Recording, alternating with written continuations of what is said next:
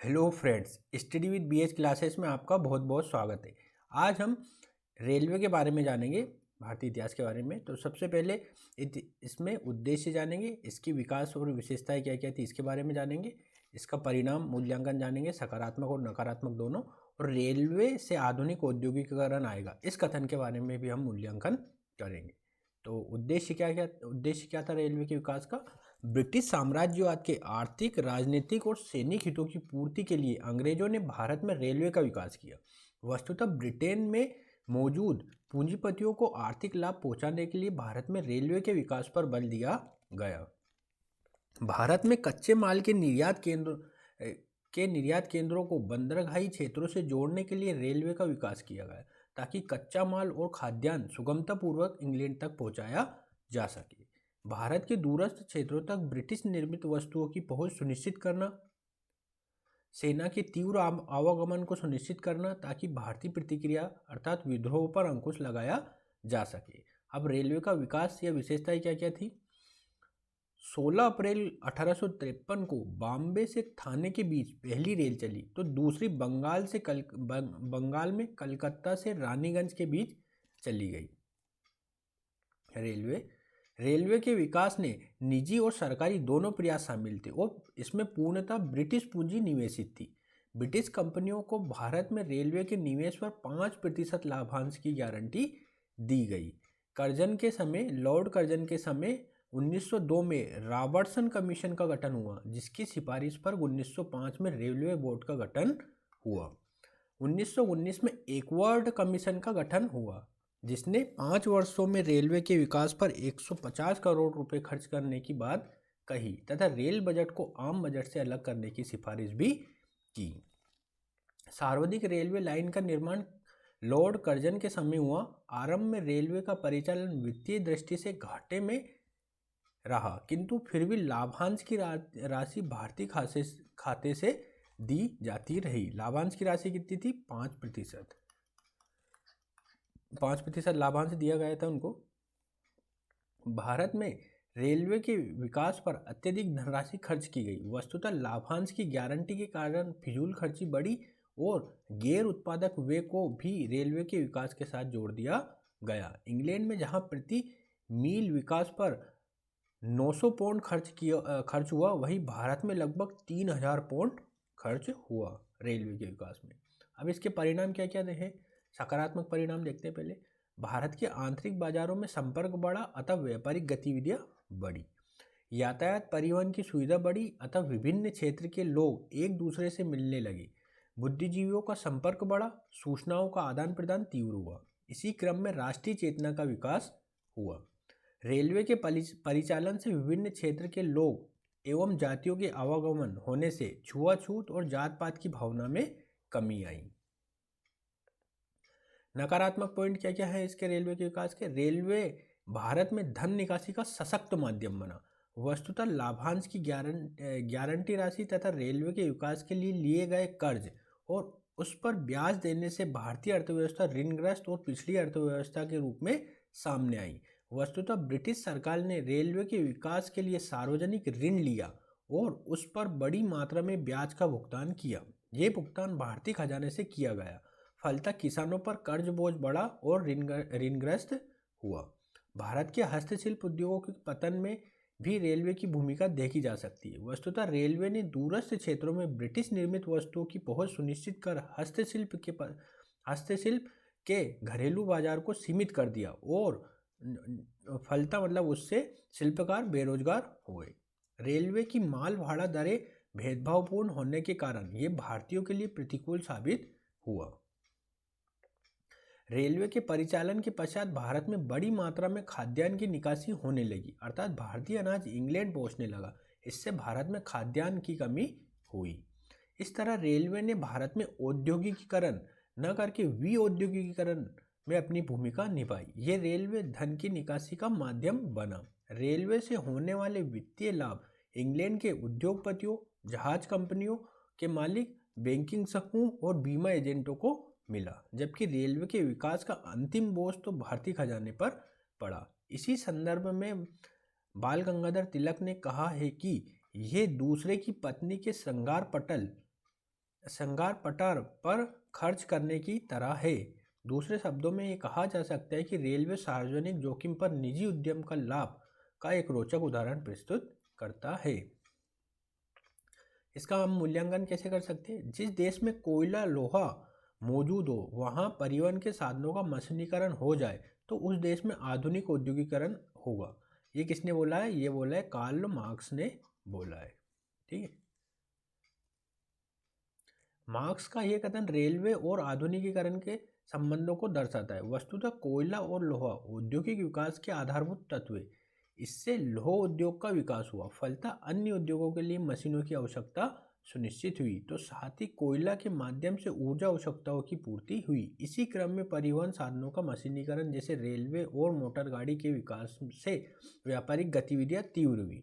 इसी क्रम में बैंकिंग सुविधाओं का विकास होता है, साथ ही आधुनिक वैज्ञानिक तकनीकी शिक्षा का प्रसार होता है। इन सब का सम्मिलित परिणाम उस देश के आधुनिक औद्योगिक विकास के रूप में सामने आता है। यह स्थिति ब्रिटेन, इटली, जर्मनी और जापान आदि देशों में देखी जा सकती है। इस दृष्टि से मार्क्स का कथन सत्य दिखाई देता है, किंतु भारत के संदर्भ में मार्क्स का यह कथन लागू नहीं होता। यद्यपि भारत में थोड़े ही समय में तीव्र गति से रेलवे का विकास हुआ, किंतु औद्योगिकीकरण नहीं हुआ। इसका कारण यह था कि ब्रिटेन ने भारत पर औपनिवेशिक नियंत्रण किया था और ब्रिटिश सरकार अपने आर्थिक औपनिवेशिक हितों को ध्यान में रखते हुए भारत में रेलवे का विकास कर रही थी। वस्तुतः रेलवे के संबंध में सभी कलपुर्जे एवं रेलवे लाइन का निर्माण ब्रिटेन के उद्योगों में होता था और वहां से उन्हें भारत लाया गया, इसलिए भारत में औद्योगिकीकरण नहीं हुआ। इतना ही नहीं, रेलवे पर ब्रिटिश का पूर्ण नियंत्रण था, अतः भारतीयों को व्यापारिक लाभ भी नहीं मिला। रेलवे ने तो ब्रिटिश निर्मित वस्तुओं को भारतीय बाजार में लाकर विऔद्योगिकीकरण की प्रक्रिया को तीव्र किया। इस तरह रेलवे ने भारत में वो किया जो अन्यत्र नहीं किया। अब एक प्रश्न आता है कि रेलवे ने भारत में वही किया जो अन्यत्र किया, इसकी समीक्षा कीजिए। इसमें यह बताना है आपको मेनली कि रेलवे से भारत में क्या क्या गतिविधियां प्रारंभ हुई और किस तरह से औपनिवेशिक शोषण को बल प्राप्त हुआ, है ना, ये बताना है। इसका आंसर मैं लिख चुका हूँ, रील्स बनाकर आप वहाँ दे सकते हैं।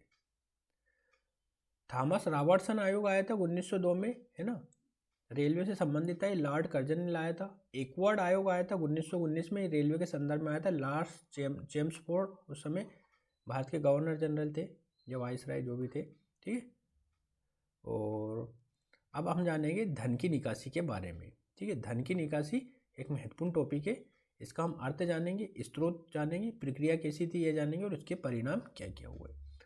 अर्थ क्या होता है? भारतीय धन संपत्ति का ब्रिटेन जाना और उसके बदले भारतीयों को कोई भौतिक लाभ न मिलना धन की निकासी है। सर्वप्रथम दादाभाई नौरोजी ने 1867 में धन निकासी का सिद्धांत प्रस्तुत किया था। कांग्रेस ने 1896 में अपने कलकत्ता अधिवेशन में धन निकासी के सिद्धांत को स्वीकार किया और इसे ब्रिटिश साम्राज्यवादी नीतियों के विरोध का एक प्रमुख बिंदु बनाया। स्रोत क्या क्या थे? कंपनी के अधिकारियों के वेतन भत्ते और शेयरधारकों को दिया जाने वाला लाभांश धन निकासी था। भारतीय सार्वजनिक ऋण पर दिया जाने वाला ब्याज धन निकासी था। ब्रिटिश द्वारा व्यापार, उद्योग और बागानों में लगाई गई पूंजी की आय, रेलवे के संदर्भ में दी गई लाभांश की गारंटी और रेलवे के नाम पर लिए गए कर्ज और उस पर दिए गए ब्याज की राशि भी धन की निकासी है। भारत में बहुमूल्य धातुओं के खनन और खनिज पदार्थों जैसे सोना, चांदी, तांबा, टिन आदि के माध्यम से अर्जित किया गया धन भी धन की निकासी के अंतर्गत आता है। 1858 के पश्चात ब्रिटेन में निर्मित भारत सचिव और उसकी परिषद का खर्च धन निकासी का स्रोत बना। साथ ही इंग्लैंड में मौजूद इस भारत संबंधी मामलों की देखरेख करने वाली सरकार को गृह सरकार और उसके द्वारा दिए जाने वाला व्यय को गृह व्यय कहा जाता था। इस गृह व्यय में ब्रिटेन में भारत के लिए की जाने वाली सैन्य सामग्री की खरीद तथा इंग्लैंड द्वारा किए जाने वाले सैन्य अभियान का व्यय जैसे भारतीय राजस्व पर आरोपित किया गया था। इसी तरह भारत के कारण इंग्लैंड में किए जाने वाले नागरिक और सैनिक व्यय भी गृह व्यय में शामिल थे। लंदन में भारतीय धन से निर्मित एक सुरक्षित कोष जिसका लाभ इंग्लैंड ने तो उठाया, किंतु भारतीयों को इस धन का कोई ब्याज नहीं मिला। इस तरह यह सुरक्षित कोष भी धन निकासी का रूप है। 1857 के विद्रोह का दमन करने के लिए किए गए व्यय को भारतीय खजाने पर आरोपित किया गया। इसी तरह अफगानिस्तान और चीन के बक्सर युद्ध एवं विश्व युद्धों में भारत के सैनिकों को शामिल किया गया, जिसका खर्च भारतीय खजाने पर डाला गया, जो धन निकासी है। अब प्रक्रिया क्या क्या थी धन निकासी की? प्लासी युद्ध की विजय के पश्चात अंग्रेजों द्वारा बंगाल की लूट अर्थात धन निकासी प्रारंभ हुई। बंगाल के कठपुतली नवाबों से अंग्रेजों द्वारा समय समय पर प्राप्त की गई धनराशि भी धन की निकासी थी। इसी तरह 1765 में इलाहाबाद की संधि के माध्यम से बंगाल का दीवानी अधिकार प्राप्त कर अंग्रेजों ने निवेश के माध्यम से धन निकासी की, अर्थात बंगाल के राजस्व से वस्तुओं की खरीद कर यूरोप में उनका निर्यात कर अंग्रेजों ने मुनाफा कमाया। इसी तरह रेलवे भी धन निकासी प्रक्रिया का तीव्र करती रही। वस्तुतः रेलवे ने भारत से कच्चे माल और खाद्यान्न के रूप में धन निकासी की, तो दूसरी तरफ ब्रिटिश निर्मित वस्तुओं को भारतीय बाजार में विस्तारित कर धन निकासी की प्रक्रिया को गतिशील बनाया। अब इसका परिणाम क्या क्या हुआ? नकारात्मक परिणाम जानेंगे। धन निकासी के कारण भारतीय अर्थव्यवस्था कमजोर और पिछड़ी अर्थव्यवस्था के रूप में सामने आई। वस्तुतः अत्यधिक भू राजस्व की राशि वसूल कर विभिन्न माध्यमों से उसे इंग्लैंड भेजा गया।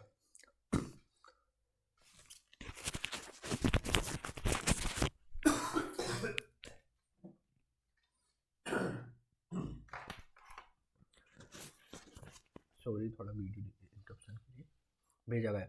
अतः भारत में गरीबी और ऋणग्रस्तता में वृद्धि हुई, लोगों की क्रय शक्ति में कमी आई और अकाल की स्थिति बनी। सरकारी आय का 75% से अधिक भाग गांव और कृषक वर्ग से प्राप्त होता था और इस राजस्व का नगण्य भाग गांव पर खर्च किया जाता था। दरअसल खर्च का एक बड़ा भाग प्रशासन, प्रतिरक्षा और शांति व्यवस्था से संबंधित था, जो शहरों में खर्च होता था। इस तरह गांव से कर लिया जाता था और शहरों पर खर्च होता था। इन खर्चों के माध्यम से ब्रिटिश औपनिवेशिक आवश्यकताओं की पूर्ति होती थी। इस तरह भारत के गांव की निर्धनता में वृद्धि होती गई। क्योंकि भारत गांव में बसता था, अतः भारत का निर्धनीकरण हुआ। भारत से धन निकासी के कारण पूंजी का अभाव हुआ, फलतः भारत में औद्योगिक विकास अवरुद्ध हुआ। अब इसके नकारात्मक तत्व कौन कौन से? धन निकासी ने ब्रिटेन के औद्योगिकीकरण को प्रेरित किया, इससे ब्रिटेन में समृद्धि आई।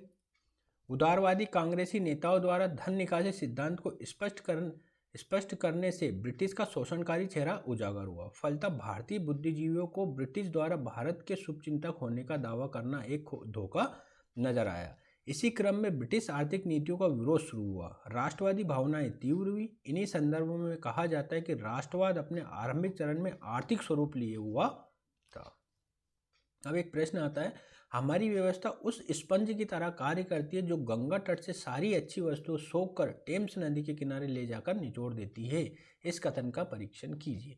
इसमें मुख्यतः ये है कि जो भारत की चीज़ें हैं वो ब्रिटेन जा रही थी, तो उस संदर्भ में इसको बताना है ना। इसका आंसर मैं रील्स के माध्यम से चैनल पे अपलोड कर चुका हूँ।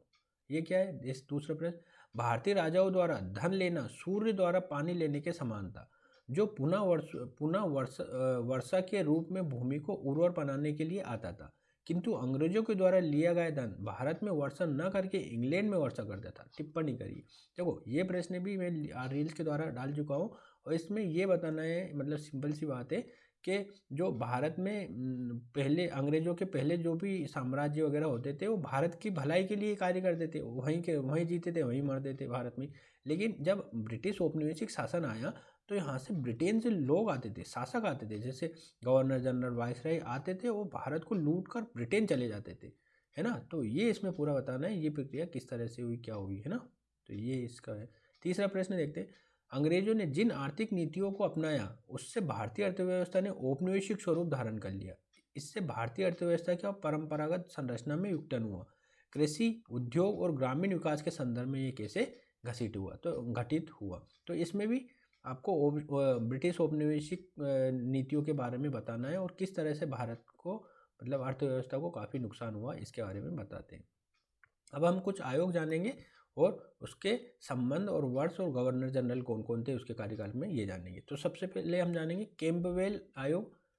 ये किससे संबंधित है? ये अकाल से संबंधित है ना। और इसका 1866 में इसको बनाया गया था, जब गवर्नर जनरल कौन थे? Sir John Lawrence governor general थे। स्ट्रेची आयोग का संबंध अकाल से है, 1880 में बनाया गया था इसे, और लॉर्ड लिटन के समय बनाया गया था। लायल आयोग अकाल से संबंधित है, 1896 में बनाया गया था, लॉर्ड एल्गिन सेकंड के समय बनाया गया था। देखो ये सब अकाल से आयोग। मैकडोनाल्ड आयोग अकाल से संबंधित है, 1900 में बना था, लॉर्ड कर्जन के समय। वुडहेड आयोग अकाल से संबंधित है, 1943 में लॉर्ड वेवल के गवर्नर जनरल के कार्यकाल में। तो देखो ये मैं बताना चाहता हूँ, अकाल के देखो कितने आयोग बने। अकाल पढ़ता होगा जब भी तो अकाल के आयोग बने। तो ब्रिटिश औपनिवेशिक जो शोषण था वो काफ़ी चरम स्थिति पर था। अब कुछ अन्य महत्वपूर्ण आयोग के बारे में जानेंगे, जैसे हंटर आयोग। हंटर आयोग जलियांवाला बाग हत्याकांड के बाद आया था, जो पंजाब में शांति हुई थी 1919 में, उस समय बनाया गया था। लॉर्ड चेम्सफोर्ड उस समय भारत के वाइसराय थे, है ना। बटलर आयोग भारतीय रियासतों के साथ संबंध, है ना, देशी रियासतों के साथ संबंध, 1927 में लॉर्ड इरविन के समय आया था। हीटले आयोग जो श्रम से संबंधित था, 1929 में आया था, लॉर्ड इरविन के समय।